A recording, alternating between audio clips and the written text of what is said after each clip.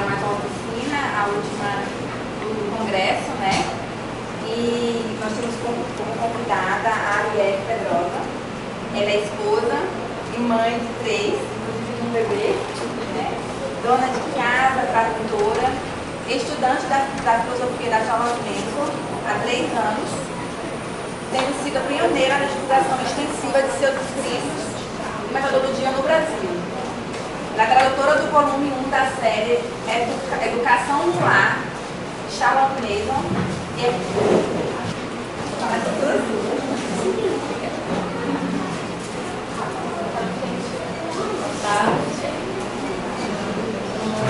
ela já me apresentou, então não vou apresentar. Charlotte Mason eu vou ler um pouco para vocês, mas basta dizer que ela foi uma educadora no século XIX, né? Ela já não está mais entre nós, e ela viveu na Inglaterra e desenvolveu toda uma metodologia de educação com bases, né, cristãs. O nosso objetivo nessa oficina é mostrar como a filosofia da mesa é aplicada na prática. Então, como que a gente sai da teoria, a Charlotte Mason ela é muito teórica, mas também muito prática nesse livro. Então, a maior parte do que eu vou mostrar aqui para vocês está bem claro no livro dela. E como a Charlotte Mason é aplicada então, na nossa prática. Eu desejo, portanto, explicar a filosofia da Charlotte a vocês por meio de um dia de aula, a maneira da Charlotte. O conteúdo, porém, ele não se trata de uma aula que vocês poderiam dar aos seus filhos, porque eu quero passar para vocês mais informações teóricas sobre o método dela. Então, o conteúdo vai ser meu para vocês, mas a forma que eu vou transmitir esse conteúdo, ela é exatamente a maneira como a Charlotte defendia que deveria ser transmitido o conteúdo por vários pressupostos que ela argumenta bem solidamente no livro. Então, a Charlotte tem o seguinte lema: a educação é uma atmosfera, uma disciplina e uma vida. E eu quero mostrar, explicar para vocês um pouco desse lema na nossa aula. Uma das coisas que a gente vai ver durante essa aula é que o conhecimento, a Charlotte defende que o conhecimento ele deve ser exposto de uma maneira atrativa. Nós temos os alunos com que nós estamos trabalhando, eles são discípulos nossos. E como discípulos, nós devemos atraí-los ao conhecimento por uma exposição da doutrina, né, que nós entendemos, de uma maneira empolgante, de uma maneira que faça com que eles realmente se interessem por aquilo que nós estaremos apresentando de uma maneira viva, né? Então, e em segundo lugar, nós também temos que ter uma tarefa definida e um tempo definido. Isso é muito claro no dia de sala de aula de Charlotte Mason, porque ela defendia que a atenção da criança deveria ser trabalhada como um hábito. E o hábito, ele é trabalhado quando a criança tem uma tarefa definida, em um tempo determinado. Não basta ser só um tempo. Vamos supor, a criança tem 20 minutos para fazer a aula de matemática. Não basta apenas ser um tempo determinado, mas precisa ser uma tarefa também definida. Ela tem 20 minutos para fazer 4 somas de matemática, ou 5 letras na sua caligrafia, e assim por diante, sempre dando a tarefa e o tempo definido, para que a criança se estimule com aquilo que ela está, com a lição, e ela não perca o foco. Então, se ela sabe que ela tem que fazer tantas, vamos supor, o exercício de caligrafia que a gente vai fazer, se a criança sabe que ela tem que fazer 4 letras A's em 15 minutos, ela vai ficar ansiosa por terminar antes do tempo, de uma maneira bem feita, claro, para poder ter um tempinho livre para fazer aquilo que ela quiser. Então, o tempo definido ajuda a criança a ter uma recompensa pelo trabalho realizado por em menos tempo possível. E a Charles também, ela defende que nós precisamos trabalhar uma variedade de funções do corpo e da mente da criança, para que nós não levemos a nossa criança à exaustão. Então, se a gente demanda de uma criança que ela fique 1 hora lendo, essa criança vai ficar com essa parte do cérebro dela que está sendo utilizada cansada. Para que isso não aconteça, as lições são curtas e há uma mudança nas disciplinas, no sentido de que se a criança fez uma aula de história com bastante leitura, né, em primeiro lugar, a próxima lição dela pode ser uma lição que trabalhe mais a parte motora do corpo dela. Ela pode ter uma aula de desenho, ela pode ter uma aula de geografia ao ar livre, algo que não vai demandar tanto da função cerebral que ela já gastou na sua aula de história. Então, aqui para vocês terem uma ideia que é uma variedade de assuntos, né? Aquilo que a Kay falou de um banquete de ideias.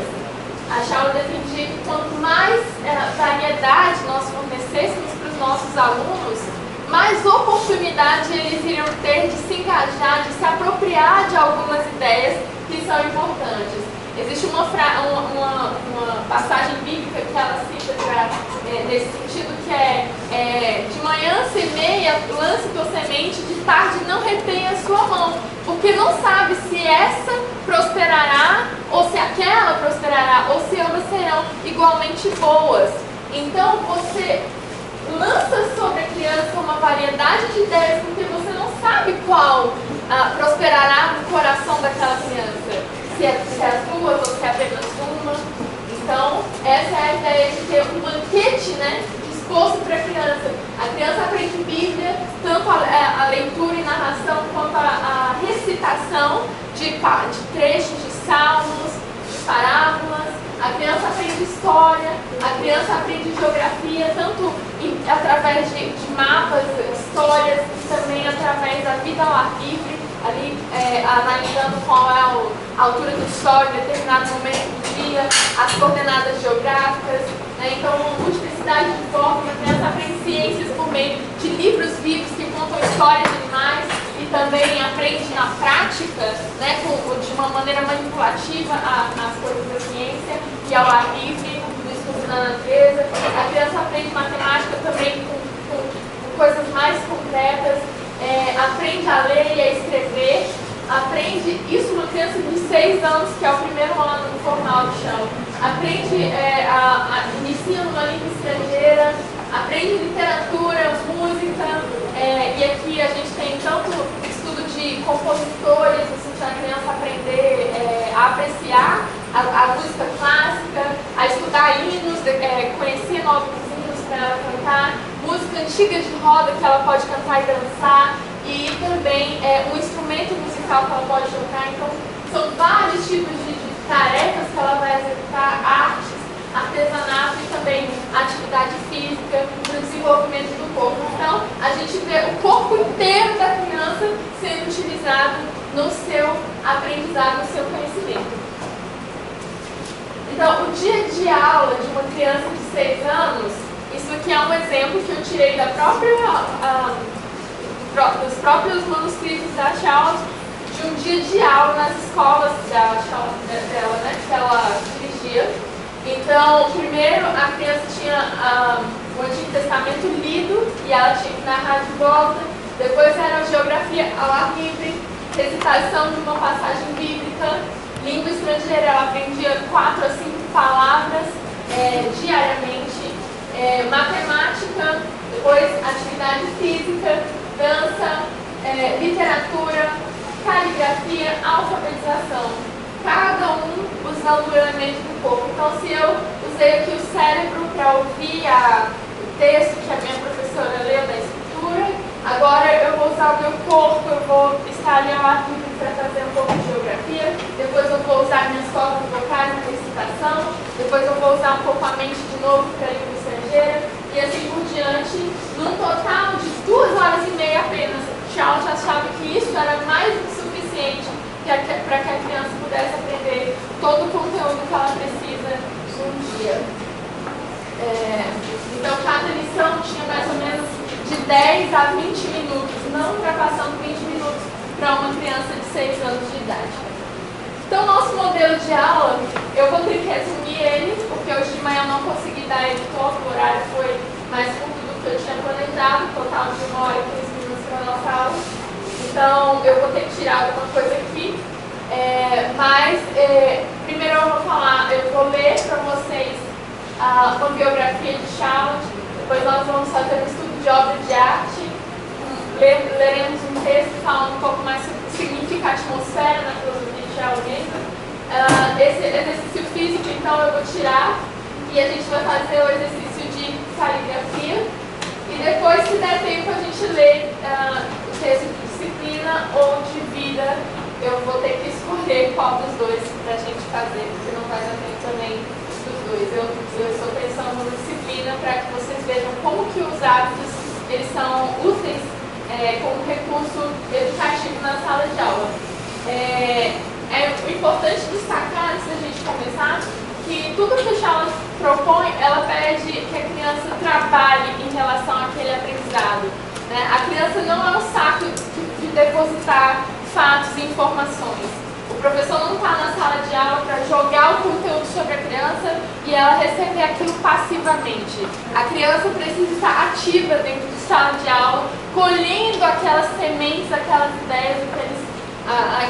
ideias vivas, como o Charlotte fala, para que o conteúdo seja real e significativo na vida delas.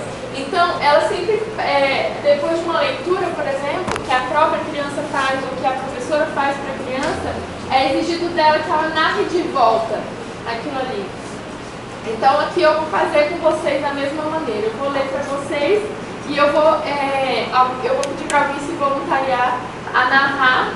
E se não houver nenhum voluntário, eu vou escolher alguém para narrar. E a ideia da narração não é você contar o que você acha, qual é a sua opinião, no sentido... você pode, claro, dar a sua opinião sobre o texto, mas não é só isso. É você recontar com as suas próprias palavras aquilo que você ouviu. Então é preciso prestar atenção, porque eu só vou ler uma única vez e a ideia é que você possa contar com a maior riqueza de detalhes possível aquilo que foi aquilo que você escutou. Então vamos começar. Uma biografia de Charlotte Mason. As muitas pessoas que conheciam Charlotte Mason pessoalmente amavam-na profundamente e eram capazes de descrevê-la em vivos detalhes, quer tenham-na conhecido ainda jovem ou perto do fim. As suas impressões sobre ela eram muito consistentes. Jovens e velhos igualmente achavam-na inspiradora, humorística e humilde.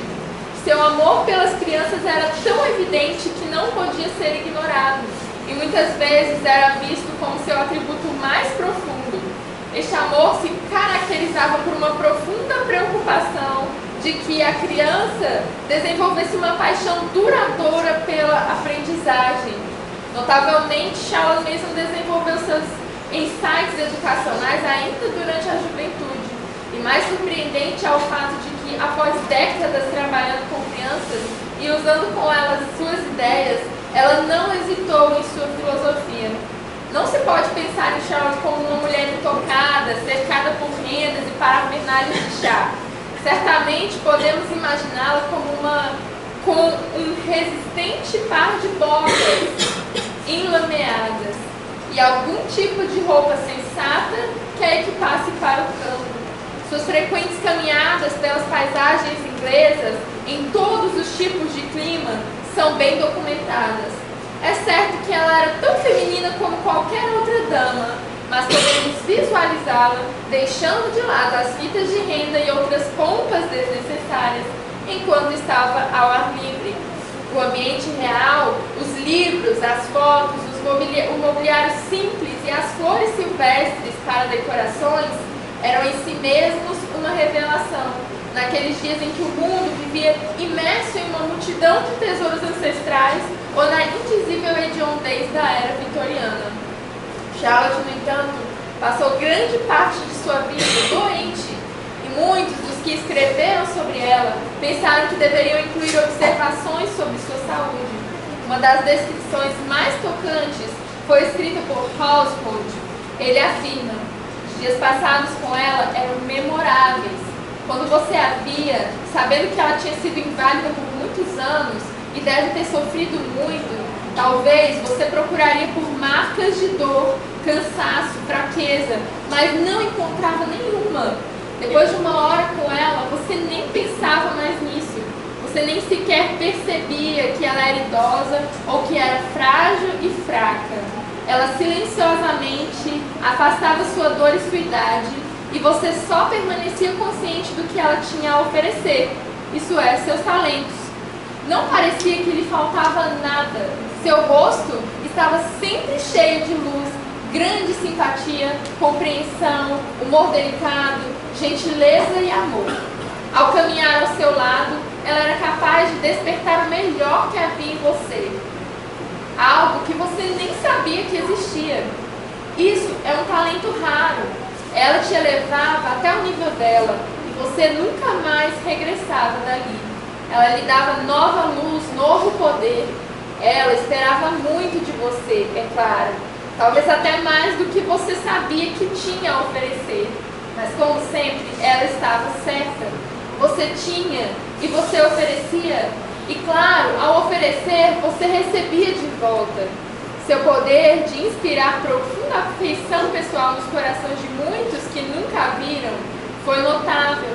Ela não conseguia ser nada além de generosa. As ideias de sua mente eram abrangentes.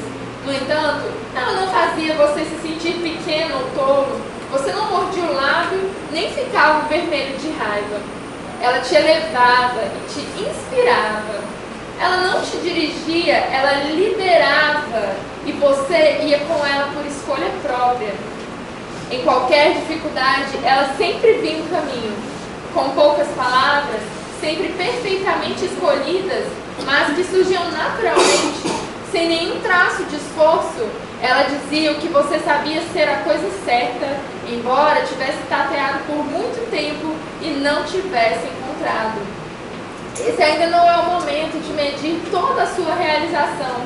A colheita ainda não chegou, mas há suficiente para justificar a convicção de que a posteridade verá nela uma grande reformadora, que conduziu os filhos da nação de um deserto estéril para uma rica herança. Os filhos de muitas gerações agradecerão a Deus por Charles Mason e seu trabalho. Isso certamente se tornou realidade. As pessoas ficaram verdadeiramente gratas quando viram os benefícios em seus filhos e sua capacidade de aprender. Um dos alunos de Charlotte escreveu sobre ela: de algum modo, em sua presença, a mediocridade e a mesquinhez ruíam. Você passava a acreditar e se esforçar para alcançar o mais alto que pudesse. E não só isso, você aprendia a acreditar na bondade e alegria da vida.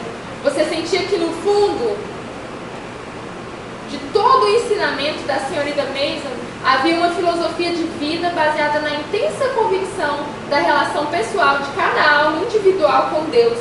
Uma relação que é a base de toda a alegria na vida. Charles Mason morreu dormindo e seu funeral foi descrito por uma de suas alunas da seguinte forma: nós caminhamos em procissão. As crianças da escola seguiam o mais próximo possível, com flores nas mãos. A equipe e os alunos da faculdade seguiam de 2 em 2, carregando as coroas, deixando lentamente o portão e entrando no vilarejo.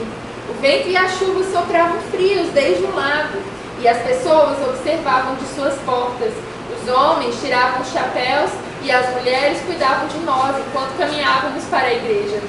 Nós colocamos as flores ao lado do túmulo e saímos um por um. O túmulo parecia extremamente pequeno como lugar de repouso daquele grande espírito.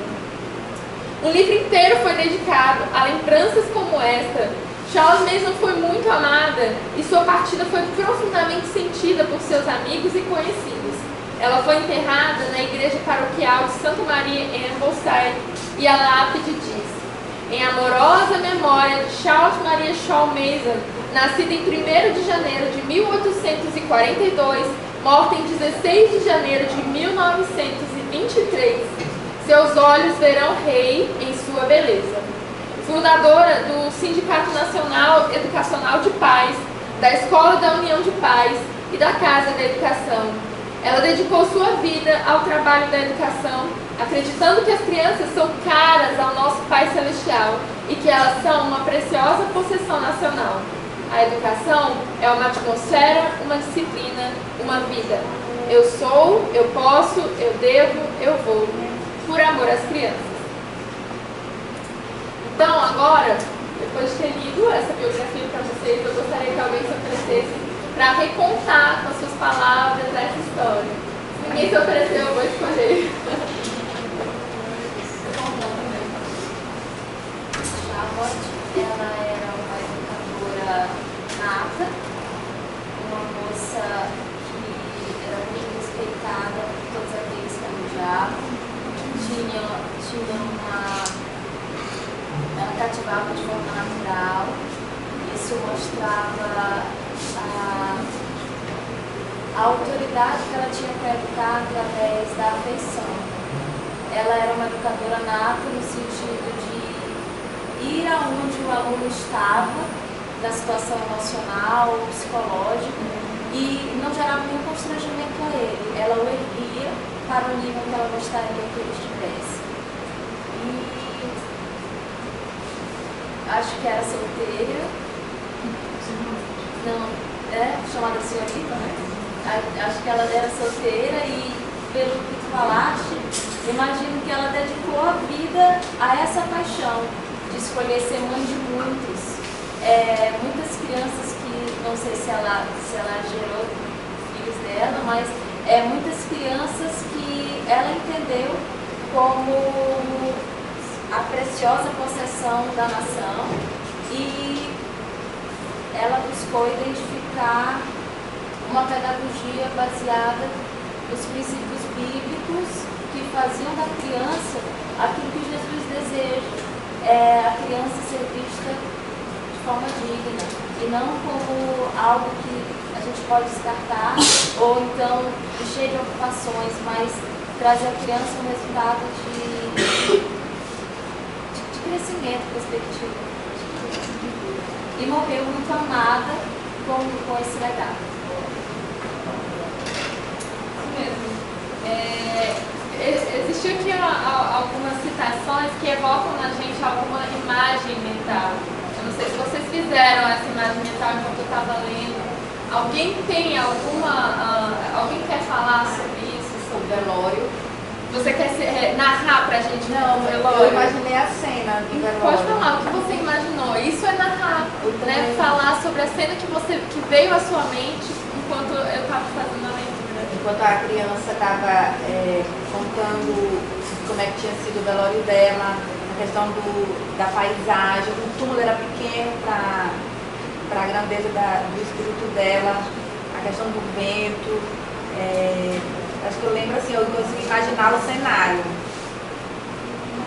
Eu lembro da parte das botas, né? Dá para imaginar uma mulher que está disposta a arregaçar as mangas, a se sujar, a ir ao ar livre, sair do conforto, sair da comodidade e talvez até do luxo, né? De dar atenção para coisas, porque fala que tinha um homem simples, né? As coisas ali do campo, coisas mais naturais, mais simples, vindas da natureza. Demonstrava o que ela priorizava e dava mais valor realmente às vidas, ao ensino às crianças, né? A realmente discipular aquelas crianças, ser aquela ovelha guia.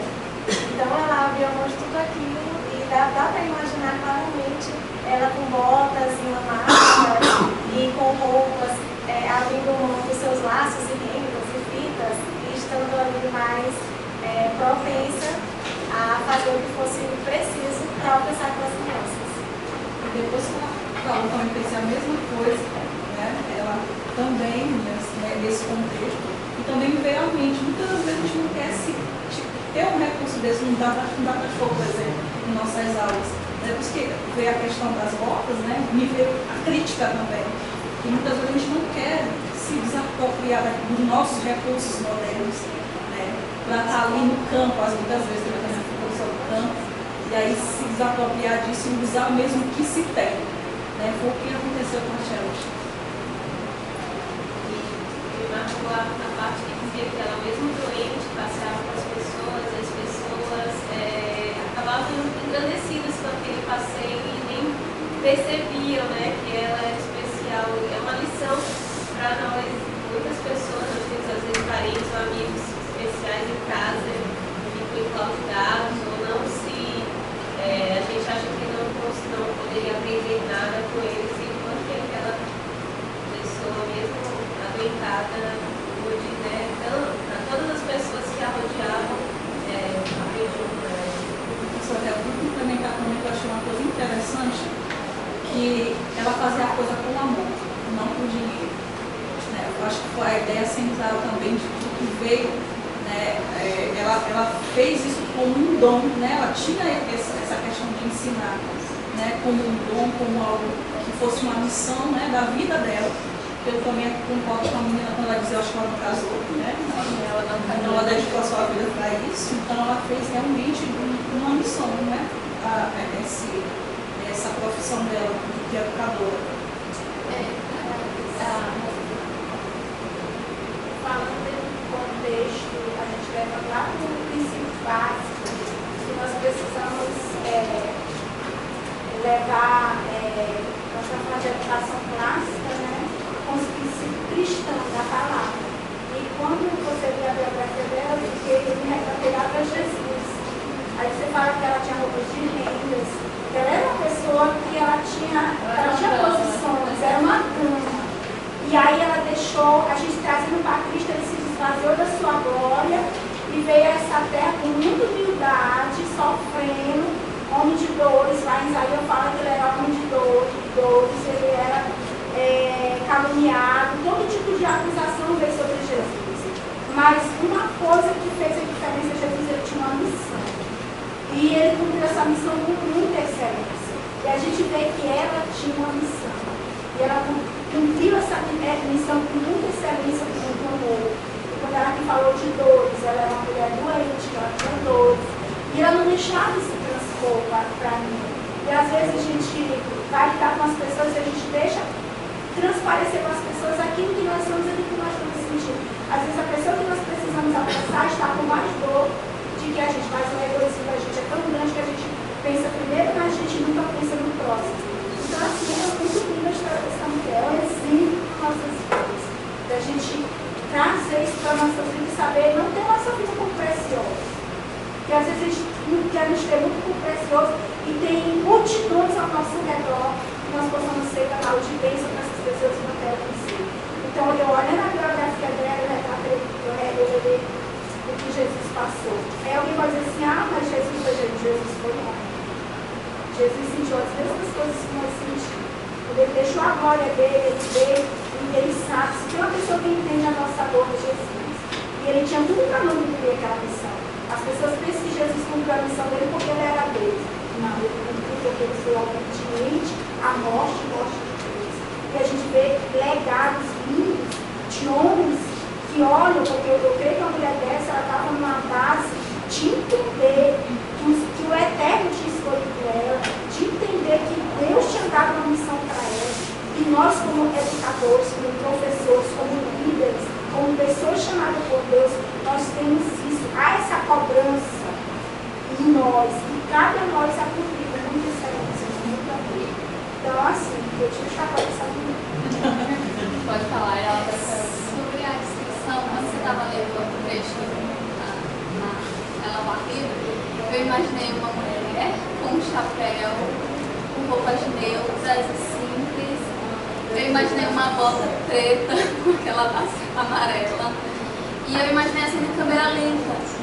Então, eu imaginei ela andando em passos lentos e dando para ver as flores atrás. Imaginando. muito bom. Então, a Charles fala que não há impressão sem expressão. Então, quando a gente narra aquilo que a gente ouviu, é uma forma da gente imprimir aquilo nas nossas mentes e nos nossos corações. Então, todo mundo aqui que participou desse momento não vai esquecer aquilo que narrou tão cedo. Não vai esquecer a cena que viu enquanto a gente lia. Isso papel importante na narração e o privilégio da gente dar para os nossos alunos isso. Então agora a gente vai fazer um estudo de obras de arte para mudar um pouco, né? Nosso foco agora estava no cérebro, nos ouvidos, prestando atenção. Agora a gente vai, o ideal é que a gente pudesse fazer isso, né? As crianças numa sala de aula não precisaram ficar sentadas, mas por ordem vamos ficar sentadas. Eu queria que vocês observassem essa obra de arte e que vocês observassem, tentassem, a imaginação muito boa, mas que vocês tentassem o máximo possível captar os detalhes da obra, ver todos os detalhes que vocês conseguirem aí, tá? Vocês têm, vou dar 3 minutos para vocês observarem o máximo de detalhes que vocês conseguirem. Enquanto vocês observam a obra, podem continuar, eu vou falar qual a importância do estudo da obra de arte na vida das crianças. A Charlotte defendeu contra a corrente do seu tempo que as crianças eram capazes de apreciar sim obras de arte, que não tem aquelas, não são aqueles desenhos simples, né, de uma dimensão só, com cores chapadas, apenas primárias e secundárias vezes, mas a criança tinha capacidade de apreciar a beleza de uma obra de arte e a riqueza que ela iria encontrar nessa apreciação era algo de um valor tão profundo que a gente não consegue imaginar.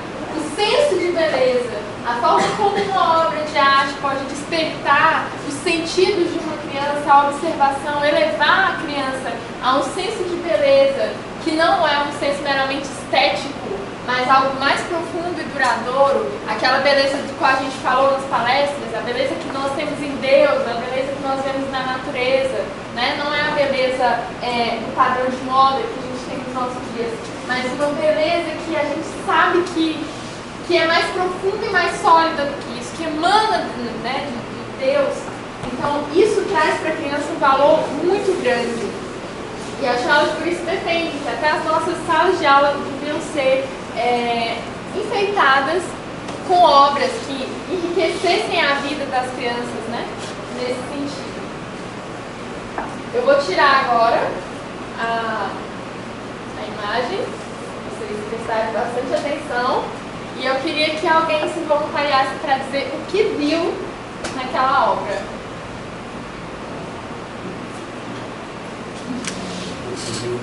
Fala um pouquinho mais alto. Professor Gilvan. Isso. De imediato, sempre quando eu vou analisar uma imagem, no caso de uma obra de arte, eu procuro anomalias. Eu não vi anomalias, as figuras estavam bem retratadas. Eu acho que isso que espera dentro de sala de aula, ensinando uma criança, ela consegue visualizar os animais em tudo claro e escuro. Logo de imediato, eles poderiam achar que seria um pouco confuso, certo? Mas aí, a partir do momento que começa a leitura visual da imagem, eles vão perceber que não há anomalias, que dá perfeitamente para verificar e analisar as partes dos animais, os objetos, né? Isso, de certa forma, não confunde a mente da criança na análise não verbal. E quais são essas partes que você identificou? As partes, no caso das imagens, assim, quais tipos de partes você quer falar? Eu gostaria que você dissesse o que você viu. O que eu vi? Isso, o que você viu. O que tem ali? Alegria, preciosidade e vivicidade também. As imagens e figuras bem vivas. Mas a obra retrata, assim, a questão dos objetos mesmo, né? Então, você viu um cachorro... Sim. Animais. Eu acho que eu vi pedras. Pode falar. Eu acho que eu vi 6 cachorros. 4 estavam olhando mais ou menos no mesmo lugar. Tinha, acho que, 3 raças diferentes. Um estava meio tipo, acho que era uma casinha, uma lugar. vamos prestar atenção na narração dela e depois vocês podem levantar a mão para complementar. Vocês guardavam comida ou alguma coisa do tipo. E do lado de dois cachorros parecidos, não sei se eram cachorros gêmeos, vamos dizer assim, ou da mesma espécie, tinha o céu, azul e branco. Alguém quer complementar? Eu vi também vários cachorros, né? Alguns pequenos, outros grandes. Eu vi também um branco, como se ele fosse o poderoso chefão, e o outro meio que excluído. Acho que existe uma clã e o outro não podia fazer parte, né, desse universo canino. Né? Então o outro era muito empoderado e assim com um olhar meio que de exclusão, né, do outro. E todos os outros cachorros estavam composos, enquanto o que estava deitado, ele estava mais desanimado, mais triste. Né? Então eu percebi isso, mais ou menos. No esqueleto tinha uns cachorros em reunião ali, né? Não estava com medo, né? Expressa do cachorro. Pode falar, depois você fala. Eu vi dois cachorros. Assim, eu achei assim, engraçado que são de raças diferentes e estavam todos juntos, mas eu percebi que tinha um que era o branco, que era né? E eu senti que parecia que estava sendo um doido, não sei, parecia que estavam fugindo de alguma coisa, mas eu entendi que eu não marcar ali aquelas coisinhas, porque assim, se eu fosse uma criança, eu ficaria muito confusa. Eu vou deixar ele falar e aí a gente vai precisar encerrar para... Sou eu. Sou eu. Bom, eu acho que aqueles 8 cachorros são de um todo só. Ali ao quintal, eles viviam com ferramentas, tinha uma jardinagem, né? E no cantinho, e acredito que isso que a gente deu para ver o céu, uma parte. Aqueles cachorros, dá para entender que eles estão esperando alguma coisa, talvez, não sei se o dono, para levar comida, porém tinha um que ele estava meio assim, deslocado, né? Enquanto eles estavam atentos a alguma coisa, como se estivessem realmente esperando, olhando para algo, tinha um que estava meio enganado. Eu acredito que poderia estar doente, porque ele estava um pouco deitado, então pode ser que esteja enfermo e ali seja o local deles, não sei, de eles receberem a comida. Bom, eu sei que todo mundo está meio animado para comentar, mas eu vou precisar prosseguir. Então, essa é a nossa obra. O nome dessa obra é Alexandre e Diógenes. Ela foi elaborada por um autor chamado Lance, o sobrenome dele, deixa eu ver aqui qual é o nome que eu ainda não... Quem falou? Tá no link. Ah, tá no link? Não, é porque dá pra ver lá pelo link. Ah, sim, eu pensei que você conhecia. Então, Edwin Henry Lance, Edwin, ele foi uma criança que gostava muito de animais e na medida que ele foi crescendo, ele foi se especializando na anatomia dos animais. Por isso o professor que falou primeiro, ele falou que não tem desequilíbrio, né? Realmente ele desenha, ele retrata os animais, cada espécie fica muito evidente. E a própria anatomia desses cachorros, ela fica muito clara, porque era uma especialidade dele, né? Esse tipo de pintura com animais. E Alexandre e Diógenes é o nome da nossa pintura. E vocês conhecem algum Alexandre da história? Alexandre o Grande. Essa história, essa pintura, ela retrata o encontro de Alexandre o Grande com Diógenes. E quem vocês acham que é Alexandre? Quem vocês acham que é Diógenes? Esse é o Diógenes, né? Então eu vou contar para vocês a história por trás desse quadro. Conta a história que quando Alexandre dominou Atenas, porque ele estava então dominando tudo, né? Saiu da Macedônia e foi conquistando tudo. Ele conquistou a cidade de Atenas e lá ele ouviu falar que havia um filósofo chamado Diógenes, que era um homem muito sábio. Diógenes era um cético, um filósofo cético.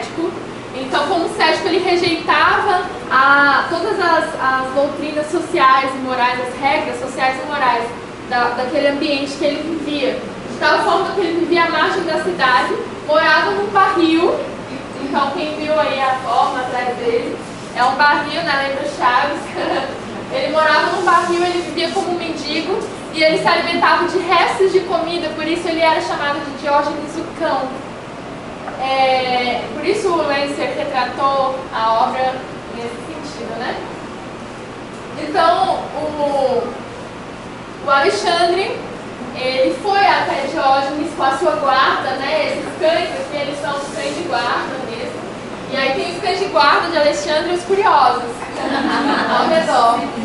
Ele foi perguntar, grande filósofo, eu queria perguntar para você o que você quer de mim. Me pede qualquer coisa que eu vou te conceder. Então Diógenes vira para ele e fala filosoficamente assim: eu só peço que você não tire de mim aquilo que você não pode me dar. E nesse momento Alexandre percebe que ele estava tampando o sol que estava vindo na direção de Diógenes. E ele dá um passo para trás e ele sai dali maravilhado com a resposta de Diógenes e decide não destruir a cidade de Atenas, apesar de ele ter conquistado então a cidade de Atenas, ele não destrói a cidade de Atenas por causa da resposta que ele obteve de Diógenes. Então sai a nossa obra e eu fico assim, tenho quase certeza que vocês não vão esquecer da nossa história, da história de Alexandre e Diógenes. E quando vocês verem essa obra, vocês vão lembrar de Alexandre e Diógenes. Agora, nós vamos ler um texto. Eu vou tirar então o texto de atmosfera. É importante, mas a Kate já trouxe uma introdução a respeito disso. E eu vou ler o texto sobre disciplina, que eu acho que vai ser bastante relevante para vocês. Depois que eu ler, eu vou pedir novamente que alguém narre. Então, tentar prestar atenção e formando essas imagens mentais na medida que eu for lendo. O estabelecimento de trilhos do hábito. Os tecidos, como o tecido muscular, por exemplo, sofrem constante desperdício e constante reparação. Mesmo aqueles modos de ação musculares que consideramos naturais, como andar e ficar em pé, são na realidade o resultado de uma laboriosa educação. Assim como muitos modos de ação que adquirimos conscientemente, como escrever, dançar, mas os modos adquiridos tornam-se perfeitamente fáceis e naturais. Por quê? Porque a lei dos tecidos em constante crescimento assegura que eles se ajustem aos modos de ação que lhes são exigidos. Em uma situação em que o cérebro envia repetidamente para os músculos que estão sob controle nervoso a mensagem de executar uma certa ação, essa ação se tornará automática na zona inferior. E a mais débil instigação externa a produzirá sem intervenção do cérebro. Dessa forma, as articulações e os músculos da mão da criança, por exemplo, acomodam-se muito rapidamente ao modo de ação exigido delas ao segurar e conduzir uma caneta. Observe, não é que a criança aprende com a sua mente como usar sua caneta a despeito dos seus músculos, mas que os próprios músculos, em novo crescimento, se ajustam de acordo com a ação exigida deles. Isso é verdadeiro principalmente em relação às atividades meramente corporais, mas, de forma prática, todos sabemos que o corpo e todas as suas partes se acomodam muito prontamente aos usos a que se destinam. Sabemos que se uma criança se acostumar a ficar apoiada em um único pé, deslocando o ombro para cima, o hábito provavelmente resultará em um desvio da coluna.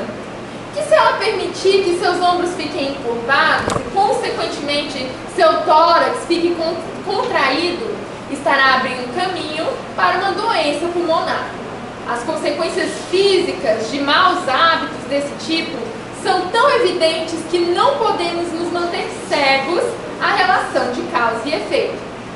O que estamos menos preparados para admitir é que os hábitos que não aparentam ser em nenhum sentido físicos, um hábito de impertinência, um hábito de veracidade, um hábito de ordem, também deixam sua marca nos tecidos físicos do cérebro. E que provavelmente a enorme força do hábito deve-se exatamente a esse efeito físico. Ainda, quando consideramos que o cérebro físico é o órgão excessivamente delicado por meio do qual pensamos, sentimos, desejamos, amamos, odiamos e adoramos, não devemos ficar surpresos com o fato de que esse órgão seja modificado pelo trabalho que precisa executar. Em outras palavras, é como se todo trem de pensamento familiar estabelecesse um trajeto na substância nervosa do cérebro, por onde os pensamentos pudessem se mover levemente por vontade própria e do qual eles só pudessem ser retirados por um esforço de vontade. Assim, por exemplo, a dona de casa sabe que quando seus pensamentos são livres para seguir seu próprio curso, eles se movem em direção aos cuidados da casa ou da despensa, ao jantar de amanhã ou às roupas de inverno. Isso é, o pensamento se move sobre o trajeto que foi, por assim dizer, pavimentado por meio de constante repetição. Se nós amamos, odiamos, pensamos, sentimos, adoramos às custas de um esforço físico real por parte do cérebro e de um consequente desperdício de tecido, quão grande deve ser o trabalho deste órgão por meio do qual nós, de fato, fazemos todas as coisas, mesmo aqueles atos cuja execução final recai sobre as mãos ou os pés. Isso é verdade, e para compensar esse desperdício excessivo, o cérebro consome a maior parte da nutrição fornecida pelo corpo. Como já vimos, 1/5 ou 1/6 de todo o sangue do corpo é empregado na compensação do desperdício na casa do rei. Em outras palavras, novos tecidos cerebrais estão sendo constantemente formados a um ritmo espantosamente rápido. O novo tecido replica o antigo, mas não de forma totalmente exata. Da mesma maneira como o novo crescimento muscular se adapta a qualquer novo exercício que lhe seja exigido, o novo tecido cerebral deve crescer, se ajustando a qualquer hábito de pensamento vigente durante o tempo do crescimento. E a palavra pensamento aqui inclui, é claro, todo o exercício da mente e da alma. O cérebro cresce se ajustando aos modos de pensamento em que é habitualmente exercitado. Comece algo e isso se completará. Essa frase é infalivelmente verdadeira em relação a qualquer hábito mental e moral. Se completará não nos trilhos que você prevê e entende, mas nos trilhos apropriados e necessários a esse hábito específico. Qualquer semente de pensamento ou sentimento que se plante em uma criança, seja por herança ou por treinamento, cresce, se completa e procria de acordo com a sua própria espécie, da mesma forma que ocorre com o organismo corpóreo. Como isso se dá no trabalho prático de educar uma criança? Dessa forma, nós pensamos da forma como estamos acostumados a pensar. As ideias vêm e vão e se movimentam incessantemente dentro do trajeto, chamemos assim, que você criou para elas na própria substância nervosa do seu cérebro. Você não pretende pensar nessas coisas deliberadamente. Você pode, de fato, se opor fortemente ao trilho que elas estão tomando. E E ao fazer objeção, você pode ser capaz de bloquear a passagem, colocar uma placa escrito "sem estrada" em grandes letras e obrigar os passageiros ocupados do mundo do cérebro a tomarem outro caminho. Essa relação do hábito com a vida humana, como se os hábitos fossem os trilhos sobre os quais uma locomotiva corre, é talvez a mais sugestiva para o educador. Pois do mesmo modo que é mais fácil para a locomotiva seguir o seu caminho sobre os trilhos, ao invés de correr desastrosamente fora deles, também é mais fácil para a criança seguir os trilhos do hábito cuidadosamente estabelecidos do que arriscar-se fora deles.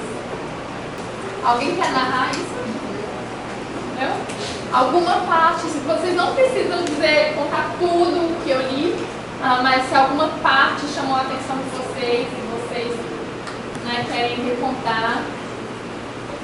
Ninguém? Então vou escolher alguém. Escolher você. Sim. Pode falar e reconte para nós alguma parte, pelo menos. Alguma coisa que ficou gravada na sua mente. A mente e o corpo estão ligados. Então, tudo que você pensa, se você se alimenta desse pensamento, vai refletir no corpo. Se você fica pensando coisa ruim, deseja coisa ruim, o corpo vai receber tudo isso. Por isso que existem muitas doenças, né? E se você cria o hábito de pensar coisas boas e exercitar isso, você também está exercitando o seu corpo. É tudo ligado, né? Um trechinho que você falou. Alguém mais quer complementar? Eu achei interessante, porque quando ela fala do trilho, e a oportunidade que eu tenho de parar, de colocar os degraus, mas acabou, eu coloco lá um plaquinho, né? E o que são essas crianças? Quem são essas crianças? Da onde elas vêm? Qual é o trilho delas? E qual trilho eu posso oferecer para elas? Se os trilhos que elas estão sendo errados, elas estão desordenadamente. Quantas crianças não estão assim, desordenadamente? Mas nós somos construtores de vida, é isso? Nós somos o pedreiro, ele está cada dia colocando um tijolinho. E nós, como pessoas, como seres humanos, tem esses pequeninos, essas crianças, que muitas das vezes eles vêm de um lado desestruturado, de uma família que os trilhos são todos ajustados, e nós conhecemos a palavra de Deus, conhecemos a educação, o trilho certo, nós temos essa oportunidade de fazer isso na vida de uma criança. Nós somos construtores de vida, que é hoje, amanhã e depois. Nós podemos sim dar trilho de crianças que estão todas ajustadas. Se nós temos a ferramenta para ajustar, nós devemos saber usar, porque uma ferramenta mal usada certamente causa uma tragédia muito grande, porque quantos professores frustram, passam coisas erradas para as crianças, tratam crianças como se elas fossem simplesmente ali no meio de ganhar dinheiro. E são vidas que nós precisamos saber o que estamos construindo, o que estamos colocando, né, nessa construção. Foi esse que eu tirei, eu achei muito lindo. Eu me achei, na verdade. Isso, você formou suas relações a partir. Bom, o texto faz uma comparação do sistema muscular. Quanto mais é exigido dele, mais ele vai desenvolver aquelas atividades que são propostas. E aí comparou com o cérebro. Quanto mais a gente exigir, a gente propor ideias, estimular a desenvolver, esse cérebro também vai criar tecidos novos, vai corresponder àquela proposta que do cérebro. Então, basicamente, fez essa comparação do corpo principalmente. Eu acho interessante pontuar é a constância.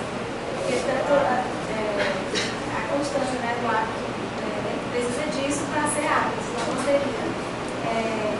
A partir do momento em que o nosso cérebro passa uma informação, não dá bom pegar a caneta, como falou.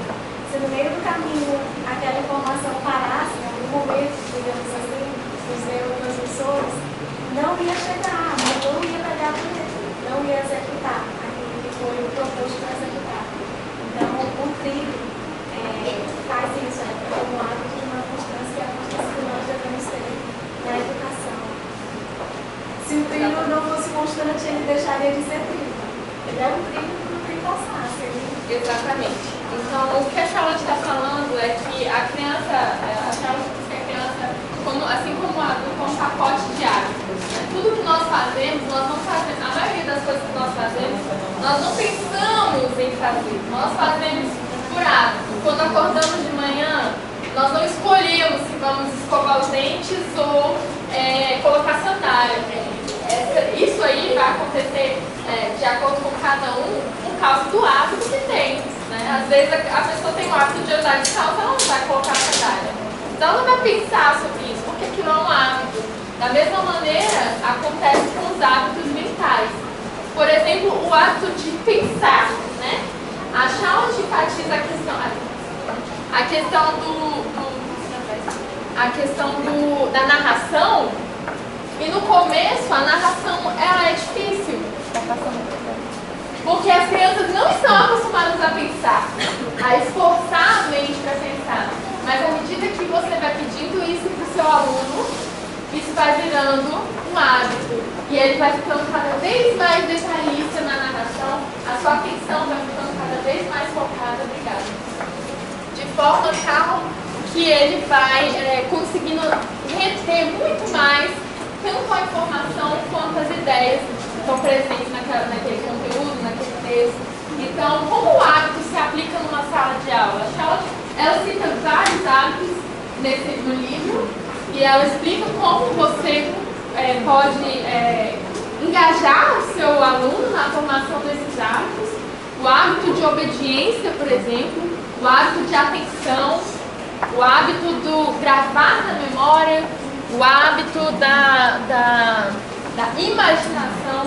Tudo isso são hábitos. A gente não pode partir do pressuposto que o aluno já nasce com essas coisas, mas a gente tem que conferir as ferramentas necessárias para que ele vá desenvolvendo esse hábito de uma maneira leve, de uma maneira alegre dentro da sala. Eu dei para você. Só uma dúvida. Esses dois textos que você leu para a gente, você leu porque é o nosso público ou as crianças? Você leria esses textos? Porque é o nosso público. Tá. A questão eu escolhi os textos para que eles transmitam imagens mentais para vocês, para que eles sejam vivos também. Mas o conteúdo que para mim é relevante para vocês. Se fosse transmitir um conteúdo para as crianças, seria um conteúdo do curso das crianças mesmo, né? Agora eu quero que vocês olhem a folhinha que eu dei. Nós vamos fazer um exercício de caligrafia. Qual é a importância? Isso aqui é um modelo de letras que a Charlotte usava quando introduzia a caligrafia minúscula com os alunos. Antes de chegar à caligrafia minúscula, primeiro as crianças trabalhavam as letras maiúsculas na areia. Aí depois que elas haviam dominado a escrita de todas as letras, os sons na areia, elas passavam para o papel a letra de imprensa maiúscula. Quando ela havia dominado todas as maiúsculas, então ela vinha para esse aqui. Só que como vocês já são adultos e já sabem letra caixa alta, já escrevem, etc. Então eu quis trazer esse, porque esse vai ser mais desafiador para vocês. Porque é um desafio para uma criança começar a escrever, né? Então eu quis trazer um desafio também para vocês sentirem na pele como é que uma criança começa a sua lição de escrita, né? A Charlotte defendia que a criança precisava ter um senso de realização naquilo que ela estava trabalhando. A atividade de cópia não era um momento enfadonho que a criança precisava copiar repetidas vezes a mesma coisa sem fazer o menor sentido. Mas a atividade de cópia era para que a criança conseguisse uma conquista, uma realização e ter uma satisfação de ver uma letra bonita. Fazia parte desse processo. Por isso, ela rejeitava aquelas letras de um padrão comum e utilizava essa, que tem uma certa delicadeza no aspecto, né? que a outra já não tem. Então, como ela começava? Primeiro ela ensinava o traçado, depois as letras que eram originadas daquele traçado. Uma aula de caligrafia durava 10 minutos. Né? Até hoje, quem utiliza o método Chalmers, uma aula de caligrafia dura 10 minutos. E a criança, então, tem um tempo definido, que é 10 minutos, e tem a tarefa definida. A nossa tarefa hoje vai ser fazer, vou dizer, depois a gente vai fazer passo a passo. Vai ser fazer 4 traçados retos e 4 traçados desses, para que por fim a gente consiga fazer uma letra, tá? E aí depois a gente vai fazer 2 ou 3 letras, para vocês verem como é. Eu quero que vocês olhem aí a folhinha de vocês. Vocês vão utilizar 2 linhas, apenas 2 linhas, para fazer o traçado. Então eu vou fazer aqui primeiro. Vocês vão olhar, esse traçado aqui é o que eu quero, esse primeiro, que é totalmente reto. Vocês vão olhar bem para isso e vocês vão fazer o seu melhor esforço. A Charlotte dizia que um dos hábitos que nós devemos desenvolver nas crianças é o melhor esforço, a execução perfeita. E perfeita aqui a gente não está falando de perfeccionismo, a gente está falando do perfeito dentro da capacidade da criança. Então, qual é a capacidade da criança? Ela tem que dar o seu melhor esforço e fazer o mais perfeito possível dentro da capacidade dela. Eu vou fazer o traçado aqui para vocês verem como eu quero que vocês façam. Então, é claro que com a caneta, né, ele não vai ficar uma obra apreciável para meu encanto, para eu me deleitar na beleza da minha obra, né? Mas é só para vocês verem, dá para ver aí atrás? Não, dá. Que eu quero que vocês usem 2 linhas para fazer o traçado, tá vendo? Vocês não vão usar uma linha só, vocês vão usar 2 linhas, porque a Charlotte dizia que as crianças deviam ficar um tempo na letra média antes de ir para a letra pequena, porque a letra pequena é muito mais fácil, é um lugar grande. 2 linhas aqui, vocês vão fazer 4 traçados com o espaçamento entre elas deve ser o mesmo. Então, como você pode fazer isso? Pela precisão dos seus olhos, ou se você ainda não tem essa precisão muito boa, você pode colocar o seu dedo entre um e outro e fazer o próximo traçado. Eu quero 4 o mais perfeitos possíveis dentro da capacidade de vocês. Se errar, faz mais um do lado, porque a gente não tem lápis para apagar, né? A criança usaria lápis. Eu esqueci de pedir o lápis, então vocês vão ter que usar a caneta. Então, se errar, faz um outro do lado. Deu para entender? Então, é claro que a aula de uma criança, por exemplo, uma primeira aula seria apenas 4 traçados e acabou a aula. Para a criança fazer perfeitamente, ela iria apagar várias vezes antes de conseguir aquela execução perfeita que a gente quer. Mas a gente está numa aula de adultos, né? Então, agora eu quero que vocês façam esse traçado aqui, viu? Esse aqui que vai gerar o N e o N. Que tem um gancho em cima e uma curva embaixo. Vou fazer aqui e vou mostrar para vocês aqui. Vai ficar feio esse pincel. Mas olha, presta. Oi? Ao lado ou abaixo? Embaixo. Pode pular uma linha e fazer embaixo. Prestem atenção, ó, na altura que o gancho fica e embaixo também. Existe um padrão que eu quero que vocês prestem atenção e sigam aí. Existe um padrão que eu quero que vocês percebam. Os ganchos, né, a curva da letra, ela tem uma altura definida. E é importante que vocês observem essa altura, né, desse gancho. Agora, para finalizar, vocês conseguiram todos fazer o quadro? Para finalizar, eu quero que vocês façam 2 N's. 2 N's, então, seguindo o padrão que eu vou fazer aqui, pulo uma linha de novo. O traçado, ele é um padrão. A partir do traçado, você vai fazer várias letras. Então, é importante que você mantenha o padrão do traçado para que você possa gerar as suas letras. Tá vendo? Aqui, ó, eles pegam uma linha até cima. Olha só o que ela fez, eu não sei se vocês vão conseguir ver. Espaçamentos certinhos, a curva das letras. E depois que a criança sai de uma aula e ela tem feito um trabalho desse, ela pode sentir uma realização, orgulho pessoal de ter conquistado, né?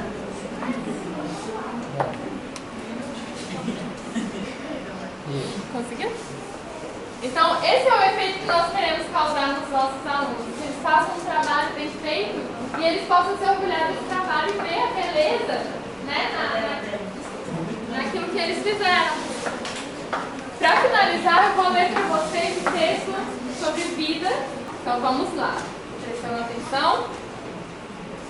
Uma criança deve ser educada para ter relações de força com a terra e a água, deve correr e cavalgar, nadar e patinar, levantar e carregar, deve conhecer as texturas e fazer trabalhos manuais, deve saber o nome das coisas vivas do mundo ao seu redor e onde e como elas vivem, sejam pássaros, feras, seres rastejantes ou ervas e árvores. Deve estar em contato com a literatura, a arte e o pensamento do passado e do presente. Ela deve ter uma relação viva com o presente, seu movimento histórico, sua ciência, literatura, arte, necessidades e aspirações sociais. De fato, ela deve ter uma visão ampla, relações íntimas por toda parte, e deve emanar força e virtude por meio de suas mãos, vontade ou compaixão, onde quer que toque. Este não é um programa impossível. De fato, pode estar perfeitamente cumprido quando um menino ou menina inteligente atingir a idade de 13 ou 14 anos. Pois depende não do quanto é aprendido, mas de como as coisas são aprendidas. Dê às crianças uma ampla gama de assuntos com o fim de estabelecer em cada caso uma ou mais das relações que indiquei. Deixe-as aprender com as fontes de informação em primeira mão, livros realmente bons, os melhores de fato, sobre o assunto em que estão empenhados. O professor deve fazer com que as crianças cheguem aos livros por si mesmas e não despejar sobre elas um conteúdo diluído.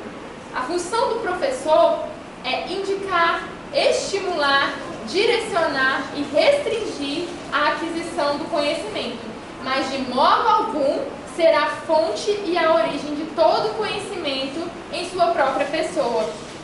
Quanto menos os pais e professores triturarem o conhecimento ao transmiti-lo para as crianças que estão educando, melhor.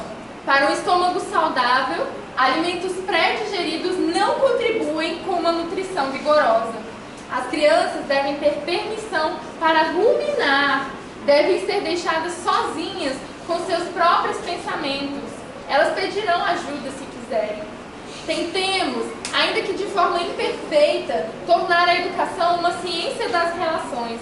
Em outras palavras, tentar, em um assunto ou outro, deixar que as crianças trabalhem com as ideias vivas. Neste campo, pequenos esforços serão honrados com grandes recompensas e perceberemos que a educação que estamos dando excede tudo o que pretendíamos e imaginávamos. Acho que esse não vai dar tempo de narrar. Acabou o nosso tempo. E a conclusão desse texto eu vou deixar para vocês. Ela fala, importa quantas coisas, o que importa não é o quanto a criança sabe de conhecimento, mas com quantas coisas a criança se importa. Aquela relação de amor, aquele valor pessoal que ela dá ao conteúdo que foi aprendido. São essas coisas que a criança vai levar como conhecimento para a sua vida. O resto, ela vai fazer a prova e vai esquecer. Todos nós temos muita experiência em relação a isso, né? Então, nossa função como professores das crianças é trazer a elas muito conteúdo vivo, conhecimento da vida real, que elas vão se apropriar e carregar aquilo para a vida inteira delas, e não meramente para fazer uma prova e esquecer. É isso, gente.